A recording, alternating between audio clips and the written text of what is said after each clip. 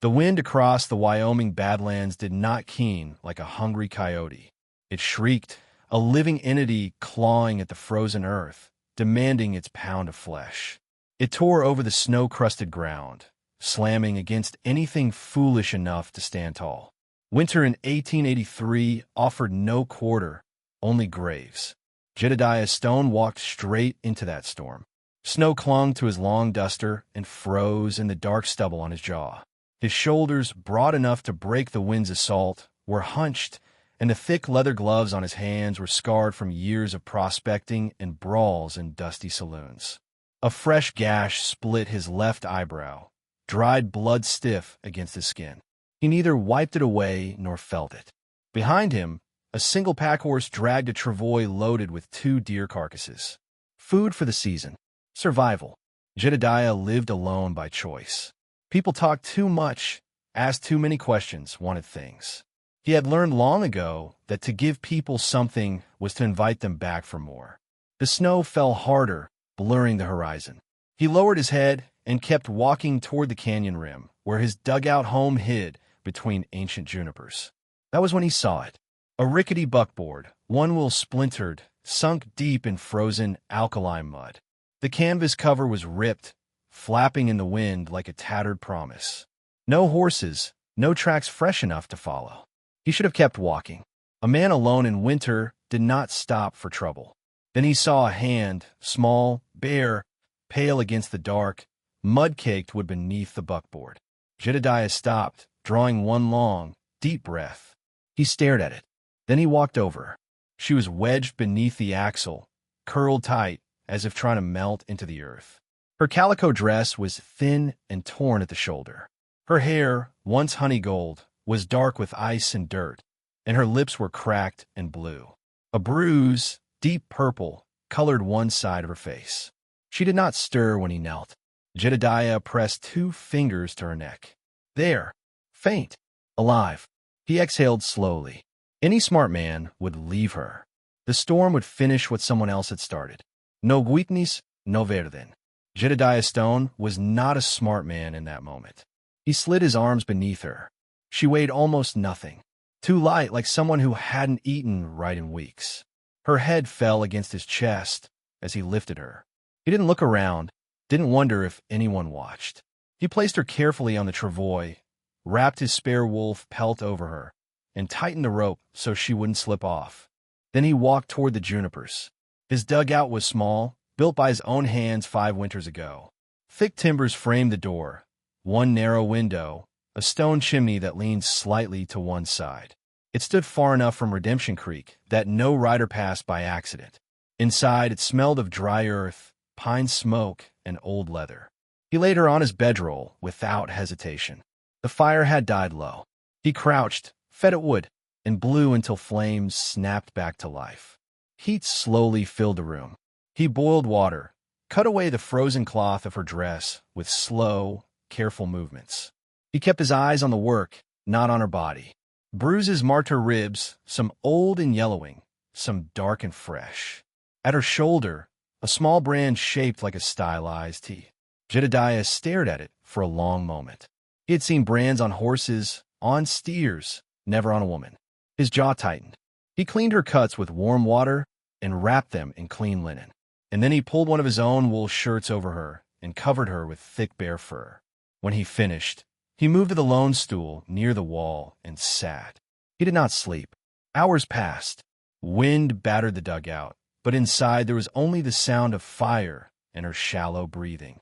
Near dawn, she gasped. Her eyes flew open, wide and wild. She bolted upright, so fast the fur slid to her waist. "Where am I?" she rasped. "My home," Jedediah said from the shadows. She flinched at the sound of his voice. Fear filled her face as she grabbed the shirt tight around her chest.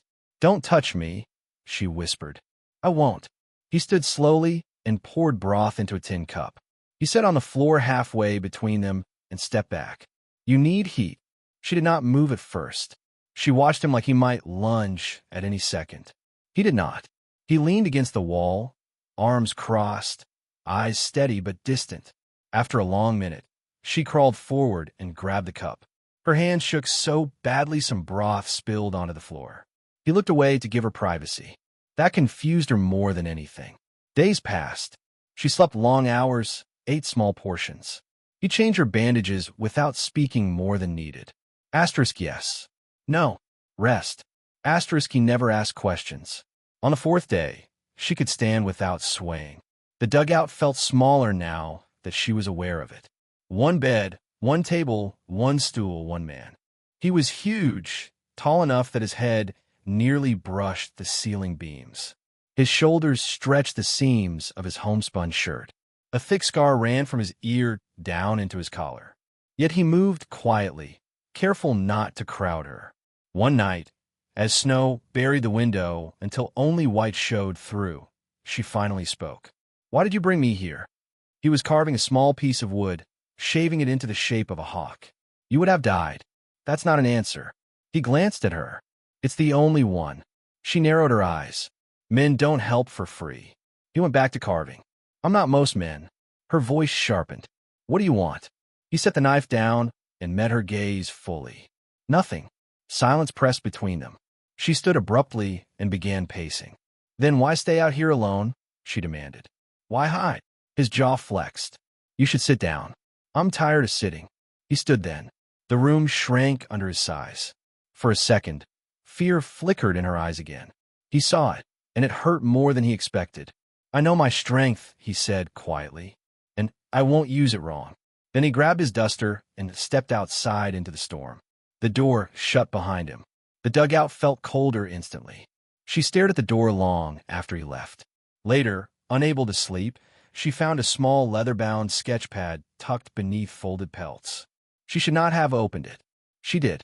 Inside were charcoal sketches, mountains, wolves, an eagle in flight, and careful lines of writing about silence and guilt and trying not to become something dark. Her chest tightened. When the door opened and he stepped back inside, snow falling from his shoulders, she froze with the sketch pad in her hands. He looked at it, then at her. No anger came, only something like sadness. He walked forward slowly, took it gently, and placed it back where it belonged. And he said nothing. Neither did she. But something changed that night. Not trust, not yet. Something softer. Days stretched on. The storm refused to ease. He handed her deerskin mittens one morning. "You'll help with wood." "I don't know how." "You'll learn." Outside, the cold bit hard enough to sting tears from her eyes. He placed an axe in her hands and showed her how to stand. Let the weight fall. She swung and missed. Swung again and barely marked the cedar log. Frustration flushed her cheeks. He did not laugh. Again, the third strike split the wood clean down the middle. Her breath caught in surprise. For the first time, pride flickered across her face. He noticed. He said nothing. Inside the dugout, life began to shift. She swept, mended torn blankets, cooked thin stew thicker than he ever bothered to, and he watched quietly as the dugout grew warmer in ways that had nothing to do with fire. Her name came one evening like a confession. "It's Alara," she said softly. Not the name they used. He nodded. "Jedediah." She already knew. The peace did not last. One morning, Jedediah returned from checking traps with tension sharp in his eyes. "Someone rode near here," he said. Her stomach dropped. "They found me." "I don't know that, but you think it." He did not deny it. That night, she woke to find him sitting awake in the stool, rifle resting across his knees, waiting. Fear returned like a cold hand around her throat. "Who are you hiding from?" she asked. He looked at the fire. "Men who think they own things." Her breath hitched. "I was owned." His gaze shifted to her. Not anymore. Outside, wind carried faint echoes that might have been branches snapping or hooves. Neither of them slept. And deep in her chest, something new began to grow. Not fear, not quite. Something warmer and far more dangerous. The next morning came quiet, but the quiet did not bring peace. The wind had died. The snow rested heavy on the junipers. The world outside the dugout looked clean and untouched, but Jedediah knew better. Fresh snow only hid tracks. It did not erase them. Alara stood at the window, her fingers pressed lightly to the glass. "Do you see anything?" she asked. "No," Jedediah said. He had already checked twice before sunrise. Still, he kept looking toward the ridge. Still, his jaw stayed tight. Inside the dugout, the air felt different, thicker, charged. Alara could feel it. She hated that feeling. It reminded her of nights in the Silver Spur saloon tent, the quiet before a man decided which girl he would point at. She stepped back from the window. "Tell me the truth," she said. Jedediah looked at her. "I don't lie." "Then tell me what you're not saying." He set the rifle against the wall and walked closer to the fire. "There was one rider," he said. "Heavy horse, clean saddle marks. He circled once, didn't come close." Her heart began to pound. Asterisk, he's looking. Maybe he will come back. Asterisk, Jedediah did not answer. That was answer enough. She turned away, wrapping her arms around herself. "I brought this to you," she whispered. "If they find me here, they'll hurt you." Jedediah's voice stayed steady. "They'll try." That calm frightened her more than anger would have. The day passed slowly. He showed her how to reload the spare revolver. Her hands trembled at first, but he guided her without touching, speaking each step clearly. "Open the chamber." She did. "Check it." She nodded. "Close. Grip firm."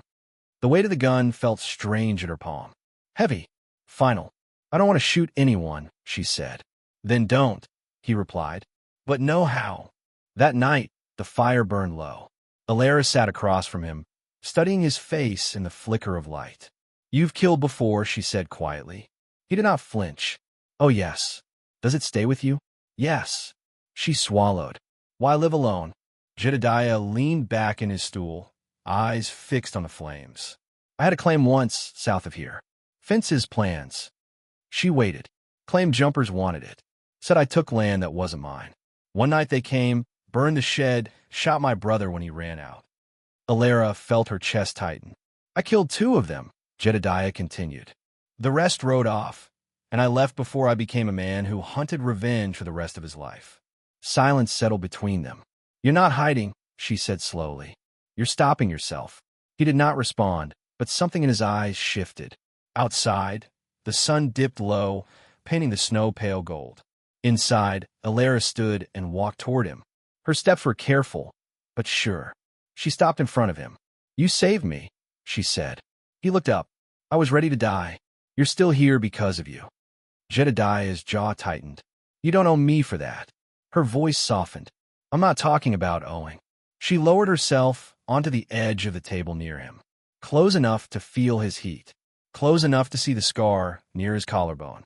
For the first time, she said, "No one touched me unless I wanted them to." His hands gripped the arms of the stool. "Alara." She slid down slowly until she was standing between his knees. He froze. Her fingers hovered near his chest, not quite touching. "You're afraid," she whispered. "Yes. Of me. Of hurting you." Her breath caught. "You haven't." He shook his head slightly. "You don't understand." "Then make me." His voice dropped lower. "I'm bigger than most men you've known. Stronger. When I lose control, things break." Her eyes stayed locked on his. "I've been broken before." He flinched at that. "I won't be the one who does it again." The fire popped behind them. The room felt small. Alara reached up slowly and touched his chest. His muscles tightened under her palm. "I don't want gentle because you pity me," she said. "I want you because you see me." His breath grew uneven. "I see you. Then stop holding back." She climbed into his lap before she could lose her nerve. Straddled him. Her knees pressed against his hips. Her hands rested on his shoulders. He sucked in a sharp breath. "Alara." She leaned closer, her hair brushing his jaw. "I'm not afraid of you.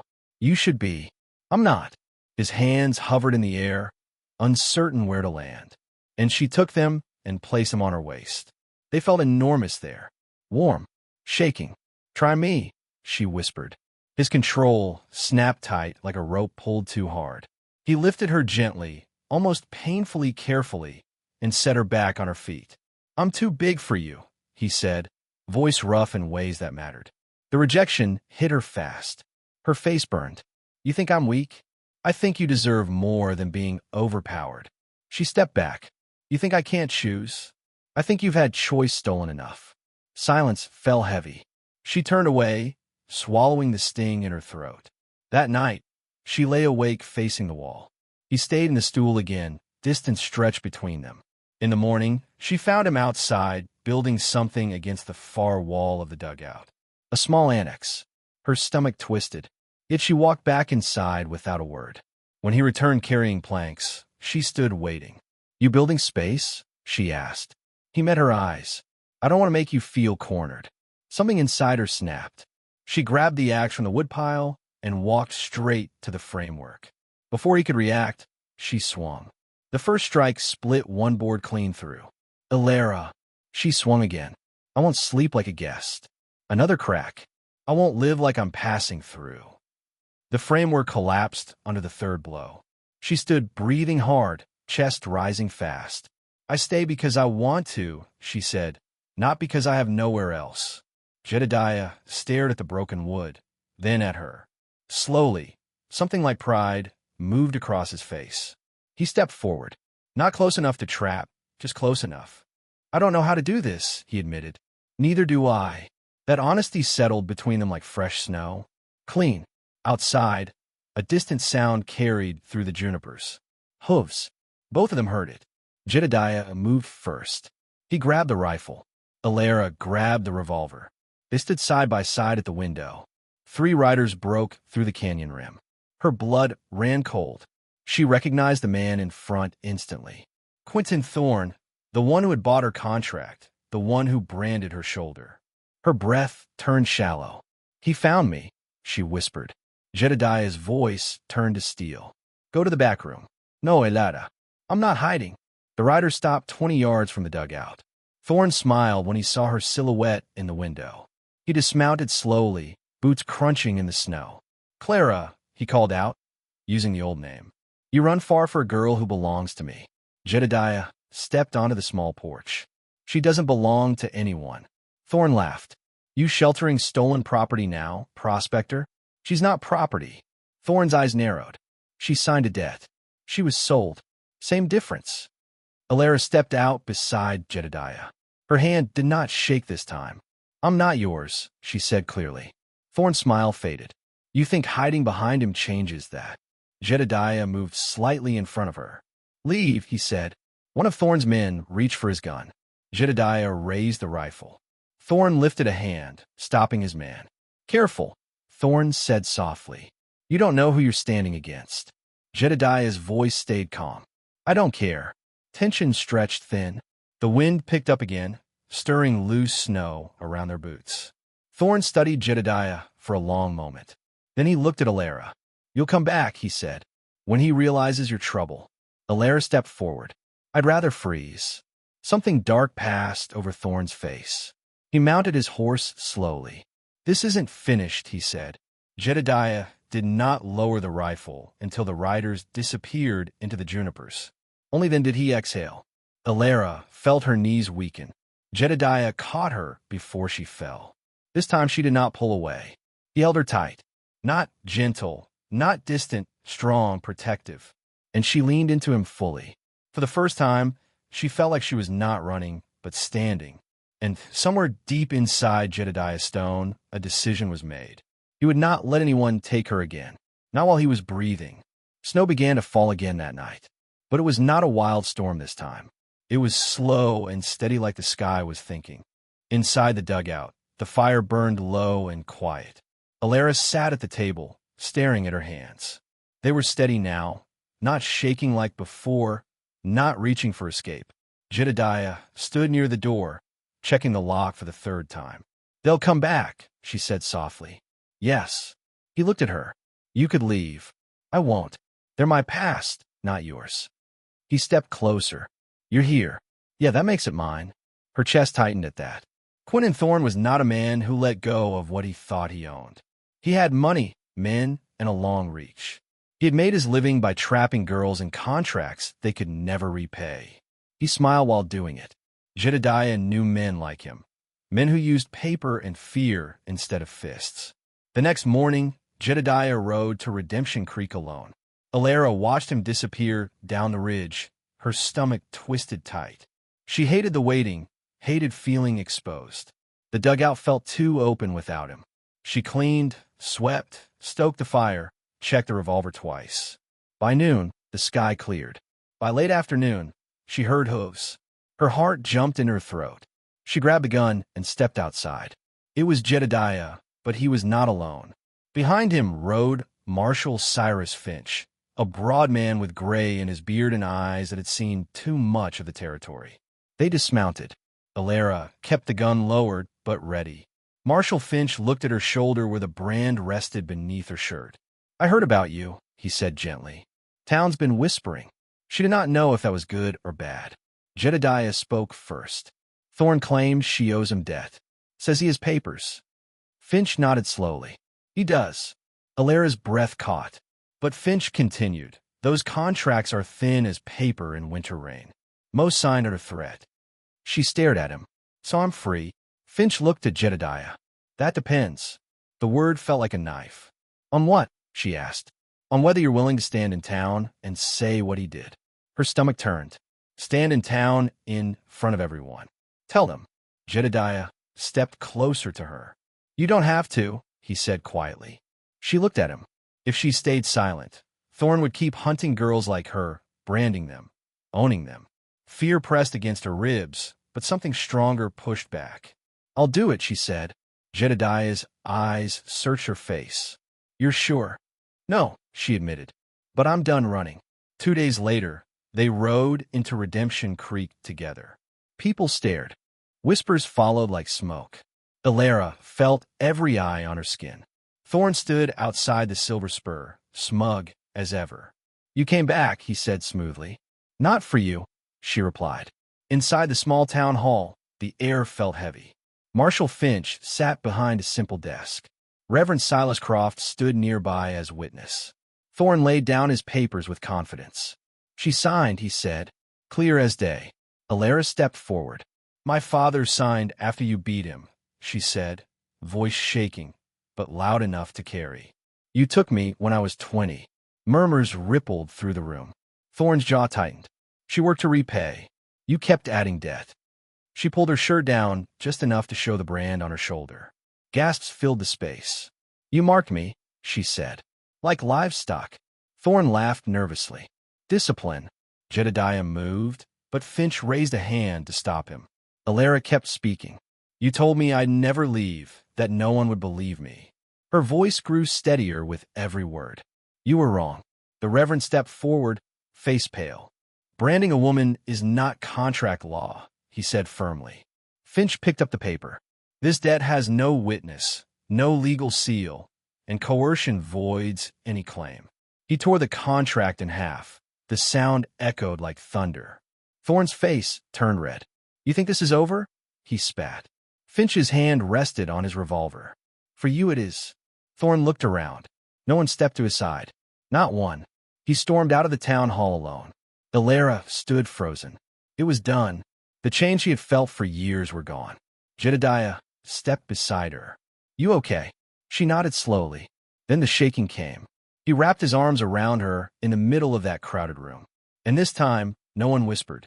They rode back to the dugout as the sun dipped low behind the mountains. The air felt lighter, but something still waited between them. That night, the fire crackled softly. Alara stood near the window, watching stars prick the dark sky. "I kept offering myself because it was the only value I thought I had," she said quietly. Jedediah stood behind her. "You have more. I know that now." She turned to face him. No fear in her eyes, no shame, only choice. She stepped closer, placed her hand on his chest. "I want you," she said. "Not because I owe, not because I'm broken, but because I choose." His breath slowed. "You're sure?" "Yes." He searched her face one last time, then he kissed her. Not rushed, not hungry, slow, careful, like he was learning something precious. Her hands slid around his neck, his arms wrapped around her waist. When she climbed into his lap this time, there was no hesitation, no pulling away. He held her firmly, strong but controlled. "You're not too big," she whispered with a faint smile. He almost laughed. "I was scared. So was I." He brushed hair from her face. "I'll never take from you," he said. "I know." That night was not about proving strength. It was about trust, about choosing each other without fear standing between them. Outside, the wind moved gently through the junipers. Inside, two lonely people found warmth they had both thought was gone forever. Spring came slow to Wyoming. Snow melted into streams. Grass pushed through frozen ground. Jedediah repaired fences. Alara planted seeds in a small patch near the dugout. She laughed more now, spoke louder, walked with her head high. One evening, as the sun sank low, Jedediah stood beside her near the stream. "I was ready to live alone forever," he said. "Me too." He took her hand. "I don't want it anymore." She squeezed his fingers. "Good." Weeks later, Marshall Finch rode up again. He carried papers this time. "Homestead claim," he said, "if you want it." As a household, Jedediah looked at Alara. She nodded. Finch cleared his throat. "For shared claim, law assumes marriage." Silence hung in the air. Jedediah turned to her. "You don't have to." She smiled softly. "I want to." They married beside the stream where the snow first melted. No big crowd. No grand speech. Just Finch, the Reverend, and the mountains. Jedediah held her hand steady. "You're not property," he said quietly. "You're my partner. And you're not my shield," she replied. "You're my home." When the Reverend finished, Jedediah kissed her forehead first, then her lips. Gentle, certain. Years passed. The dugout grew. A barn stood where empty snow once stretched. Children's laughter echoed through the valley. Alara sometimes touched the faint scar on her shoulder, but it no longer defined her. One evening, sitting on the porch, she leaned back into Jedediah's chest. The sky burned orange over the peaks. "You were right," she said softly. "About what?" "You were too big." He frowned slightly. "For what?" She turned her head, smiling. "For my old life." He wrapped his arms around her tighter. The wind moved gently across the Badlands. Not screaming, not judging, just passing through. And for the first time, neither of them felt like something waiting to be buried. They felt like something built to last.